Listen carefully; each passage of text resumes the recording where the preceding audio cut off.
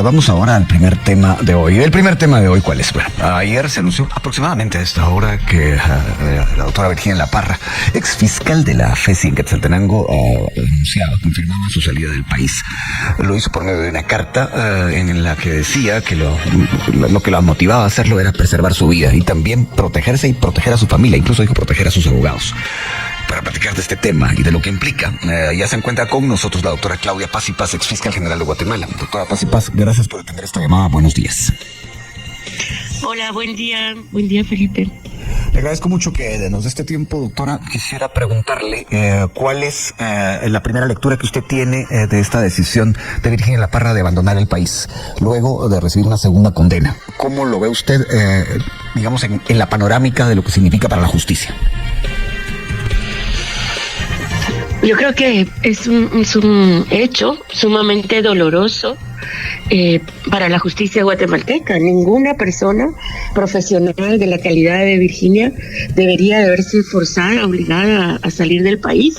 Y no es solo ella, es un caso emblemático de otros jueces, fiscales, abogados, defensores de derechos humanos, incluso periodistas, que han tenido que salir al exilio debido a que el sistema de justicia de Guatemala no es independiente. Y en estos casos particularmente actúa con total arbitrariedad. Si a usted le preguntaran por qué es que usted considera que es injusta la situación que ha tenido que vivir Virginia La Parra, ¿cómo la resumiría? Virginia La Parra ha enfrentado dos procesos penales.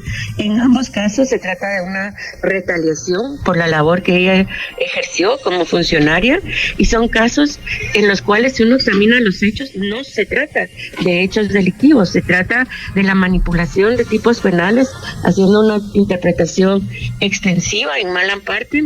En un caso es porque presentó una denuncia, imagínese usted, ante el sistema disciplinario del Poder Judicial, y en el otro porque en una audiencia advertía que estaba pendiente de realizarse otra diligencia en un caso paralelo y que esta audiencia se tenía que suspender porque esta otra diligencia podía beneficiar al imputado. Entonces, ninguno de estos hechos puede considerarse como un hecho delictivo.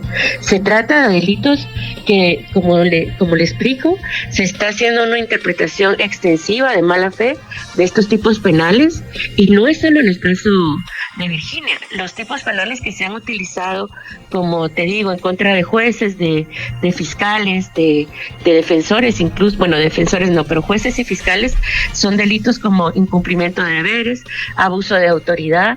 No son ninguno de ellos está acusado de corrupción o narcotráfico, crímenes realmente gravísimos, sino es una malísima utilización del derecho penal para castigarles por haber cumplido con su función pública. Usted hablaba de abogados defensores de diferentes personas cuando dijo defensores, no, porque en el caso de José Rubén Zamora los defensores han sufrido también algún tipo o muchos tipos de acoso.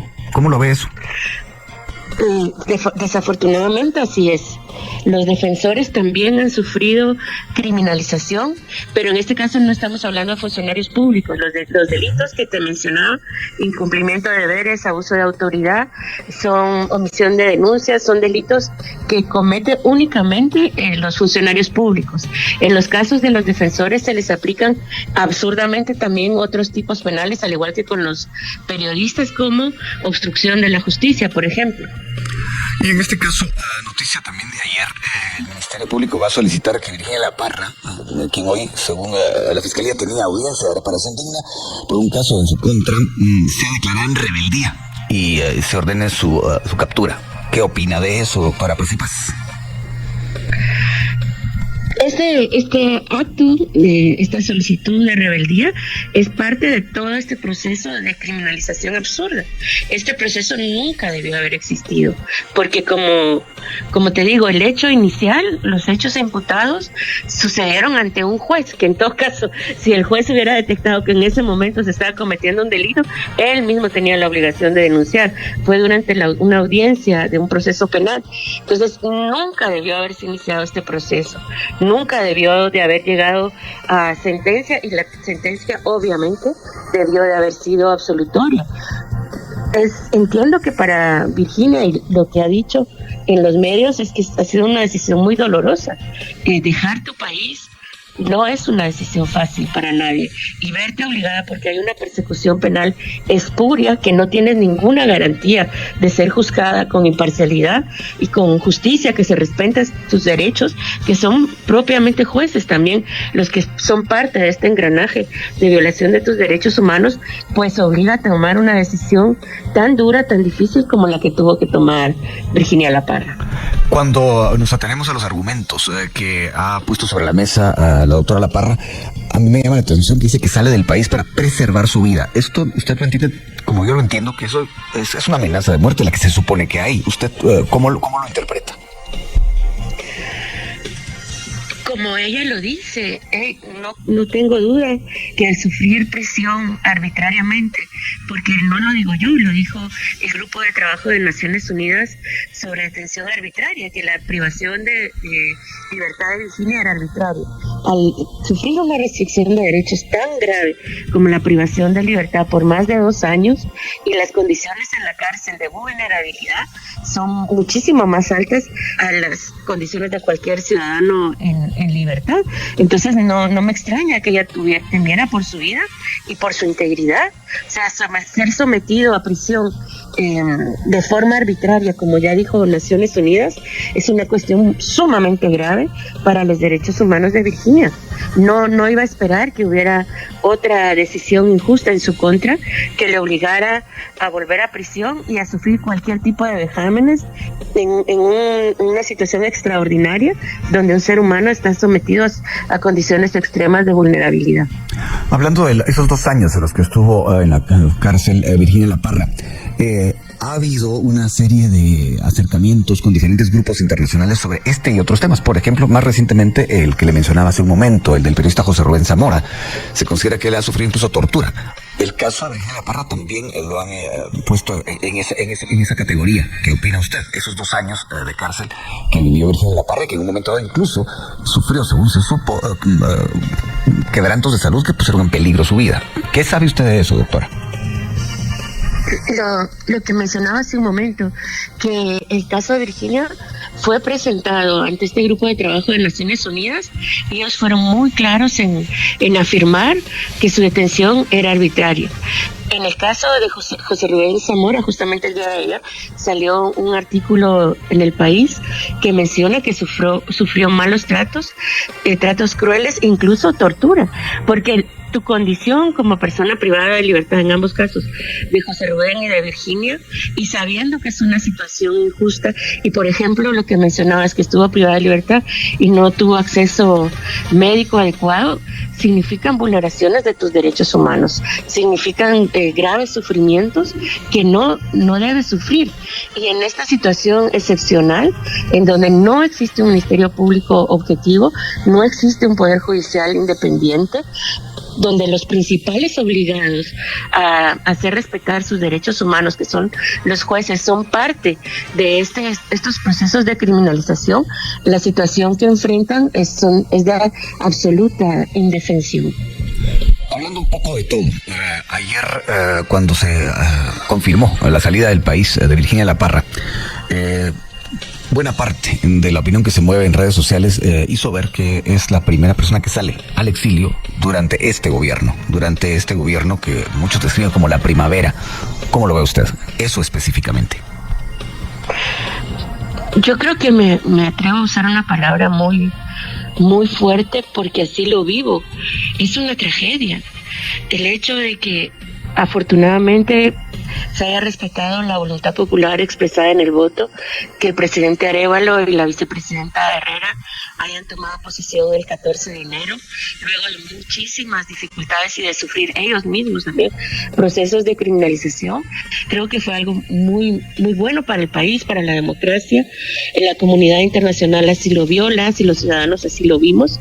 Sin embargo, la salida de Virginia muestra cómo el sistema de justicia continúa absolutamente cooptado y cómo el poder que tiene el actual fiscal Consuelo Porras es usado ilegal, arbitrariamente, y está violando los derechos humanos. No en vano ha sido señalada por Estados Unidos, por ejemplo, como una actora corrupta y pro impunidad, y ese mismo señalamiento se hizo en más de 40 países.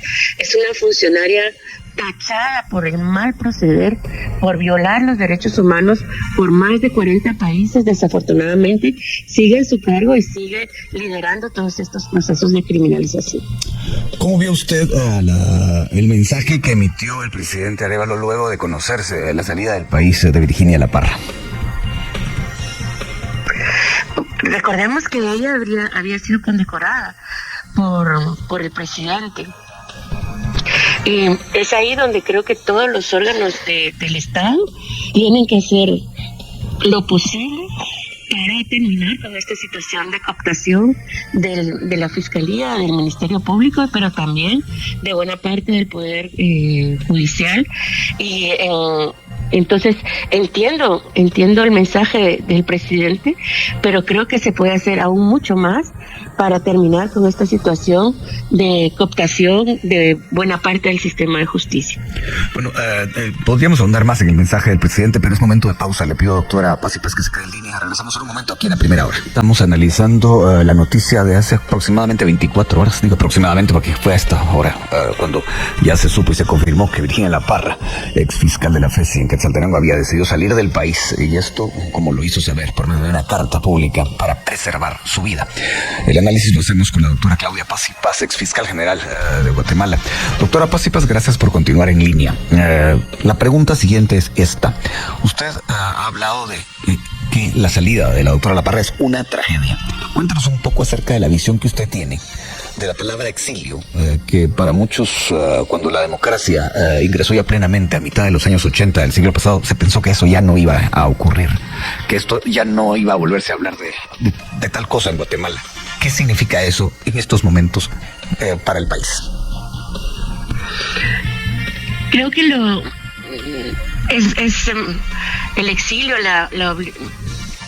la falta de oportunidad de quedarte en tu país, de verte forzado a salir de tu país, de tu entorno familiar, de tu entorno laboral, verte en otro país, tener que buscar protección de otro estado, es una situación extremadamente difícil para las personas que lo hemos tenido que sufrir, pero sobre todo, y por lo que significa para el Estado de Derecho del país, que existan jueces, fiscales, defensores de derechos humanos, periodistas que sufran criminalización, es también una tragedia. O sea, es una tragedia para quienes tuvieron que abandonar Guatemala, pero ¿qué significa para la justicia en Guatemala? ¿Qué habla? ¿Qué dice sobre la falta de independencia de la justicia en Guatemala? Y es que se trata de redes mafiosas las que están liderando estos procesos de criminalización. En el caso de Virginia,